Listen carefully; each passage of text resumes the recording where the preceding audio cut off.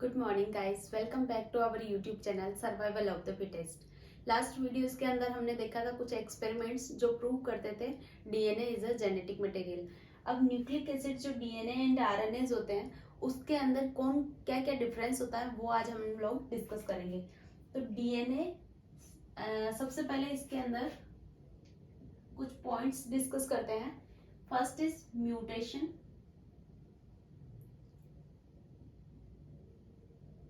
तो rate of mutation is higher in RNA and lower in DNA. तो rate of mutation is slower, यहाँ पे slow होती है और यहाँ पे higher।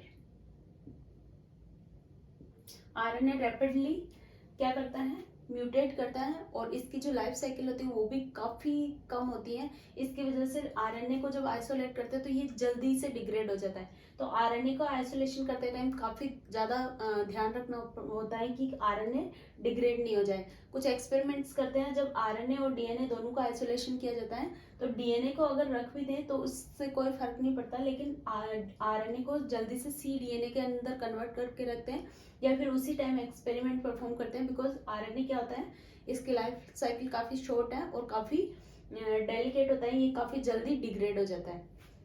इसके अलावा सेकंड पॉइंट है, इसकी फुल फॉर्म देखें तो डीएनए का क्या है, डीऑक्सी राइबोज न्यूक्लिक एसिड, ये सबको पता है। इसमें राइबोज ऐसा क्यों बोला है, बिकॉज इसमें राइबोज शुगर प्रेजेंट है और इसमें deoxy form of ribose sugar present है। डीऑक्सी फॉर्म मीन्स यहाँ पे ये शुगर है, इसके सेकंड पोजीशन पे ओनली हाइड्रोजन प्रेजेंट है और यहाँ पे सेकंड पोजीशन पे भी ऑक्सीजन हाइड्रोक्सिल ग्रुप प्रेजेंट है। तो हाइड्रोक्सिल ग्रुप, यहाँ पे भी हाइड्रोक्सिल ग्रुप प्रेजेंट होता है और यहाँ पे भी हाइड्रोक्सिल ग्रुप। तो इसमें ओनली वन हाइड्रोक्सिल ग्रुप होता है और इसमें टू हाइड्रोक्सिल ग्रुप्स होते हैं। इट मींस ये क्या होता है, हाईली रिएक्टिव, हाईली रिएक्टिव होता है। नेक्स्ट जो डिफरेंस आता है डीएनए एंड आरएनए के अंदर वो आता है स्टेबिलिटी का। जैसा कि हमने बता ही दिया कि जो डीएनए है वो हाईली स्टेबल है और आरएनए क्या है, नॉट स्टेबल या फिर as comparison to DNA lesser stable. और ये स्टेबिलिटी कौन प्रोवाइड करवाता है डीएनए को, ये इसका only hydrogen deoxy form of sugar इसको क्या करवाती है, स्टेबिलिटी प्रोवाइड करवाती है। इसके अलावा नाइट्रोजनस बेसिस, जैसा कि डीएनए के अंदर क्या होते हैं, ATGC, ये चारों ही नाइट्रोजनस बेसिस प्रेजेंट होते हैं, जबकि आरएनए के अंदर क्या होता है, AUGC। यहाँ पे थायमिन की जगह पे यूरेसिल आ जाता है। और हमने न्यूक्लिक एसिड की जब स्ट्रक्चर देखी थी तब नाइट्रोजनस बेसिस के अंदर थायमिन और यूरेसिल की स्ट्रक्चर भी देखी थी। तो थायमिन क्या होता है, थायमिन यूरेसिल का ही जैसी स्ट्रक्चर होती है। थायमिन के अंदर क्या होता है, 5 प्राइम पे क्या आ जाता है, मिथाइल ग्रुप आ जाता है। और इसके अलावा जो यूरेसिल जो होता है वो अनस्टेबल क्यों होता है, बिकॉज यहाँ पे साइटोसिन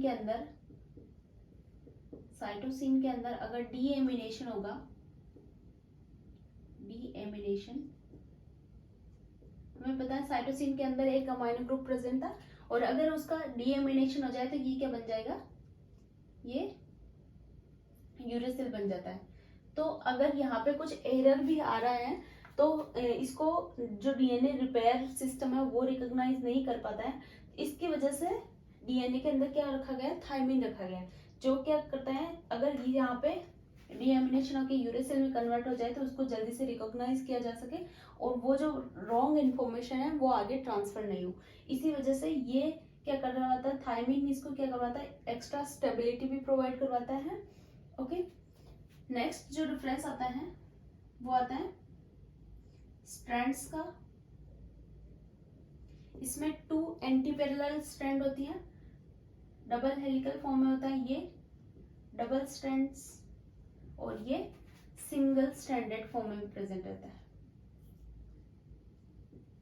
और अगर यहाँ पे इंफॉर्मेशन को कैरी करने की बात करें तो यहाँ पे इंफॉर्मेशन का स्टोरेज जो होता है वो काफी ज्यादा अच्छा होता है डीएनए के अंदर, लेकिन जो इंफॉर्मेशन का जो ट्रांसफर होता है वो क्या होता है, आरएनए के अंदर सबसे ज्यादा होता है। बिकॉज डीएनए के अंदर क्या होता है, यहाँ पे दिखा देती हूँ, डीएनए से क्या बनता है, आरएनए, एंड आरएनए से क्या बनता है, प्रोटीन।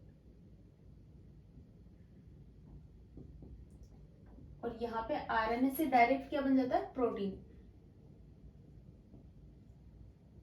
तो सबसे ज्यादा जो इंफॉर्मेशन का जो ट्रांसफर सबसे अच्छा कर सकता है वो आरएनए कर सकता है, लेकिन डीएनए क्या है, स्टोरेज इंफॉर्मेशन का काफी अच्छा कर सकता है। और कुछ वायरसेस के अंदर अगर जेनेटिक मटेरियल की बात करें, कुछ वायरसेस के अंदर अगर RNA genetic as a genetic material present है तो उसके अंदर क्या होगा, वो सबसे पहले डीएनए के अंदर कन्वर्ट होगा और उसके बाद क्या होगा, वापस से यहाँ पे मैसेंजर आरएनए बनेगा और फिर ये प्रोटीन बनाएगा। इसका मतलब आरएनए अगर जेनेटिक मटेरियल है फिर भी वो डीएनए के अंदर कन्वर्ट होगा और फिर मैसेंजर आरएनए बनाएगा।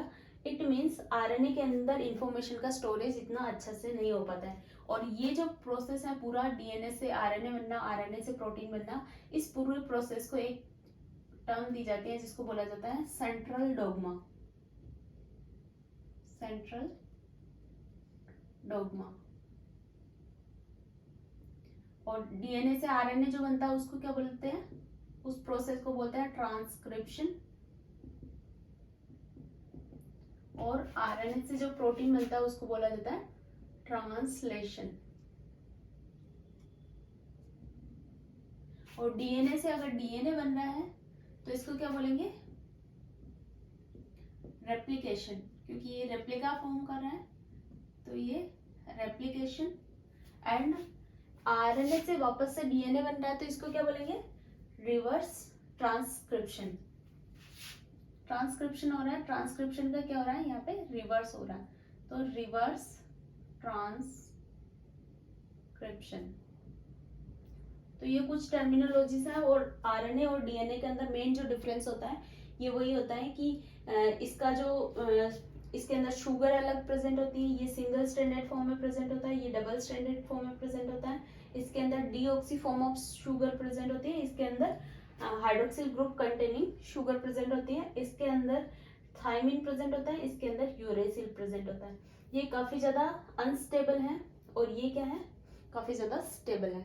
तो ये मेन डिफरेंस है डीएनए एंड आरएनए के अंदर। इसके अलावा एक और चीज यहाँ पे आती है जिसको बोला जाता है आरएनए वर्ल्ड हाइपोथेसिस। तो अकॉर्डिंग टू साइंटिस्ट आरएनए क्या था, सबसे फर्स्ट जो जेनेटिक मटेरियल था वो क्या था, आरएनए था। और आरएनए के अंदर ही कुछ केमिकल चेंजेस हुए और उसी की वजह से क्या हुआ, डीएनए का इवोल्यूशन हुआ। तो सबसे पहले जो जेनेटिक मटेरियल था वो आरएनए था, क्योंकि RNA as a metabolism use कर सकता है, एज अ कैटाबॉलिज्म यूज कर सकता है, और इसके अलावा कुछ काफी सारे रिएक्शन में ये पार्टिसिपेट करता है, एज ए जेनेटिक मटेरियल भी यूज होता है और इंफॉर्मेशन का ट्रांसफर भी सबसे अच्छे से कर सकता है। तो आरएनए वर्ल्ड हाइपोथेसिस भी काफी इंपॉर्टेंट है। इसी को बोला जाता है कि जो आरएनए है वो सबसे पहला जेनेटिक मटेरियल था और उसी से केमिकल मॉडिफिकेशन होकर डीएनए फॉर्म हुआ। तो ये कुछ चीजें हैं। I hope you like this video. Thank you so much for watching.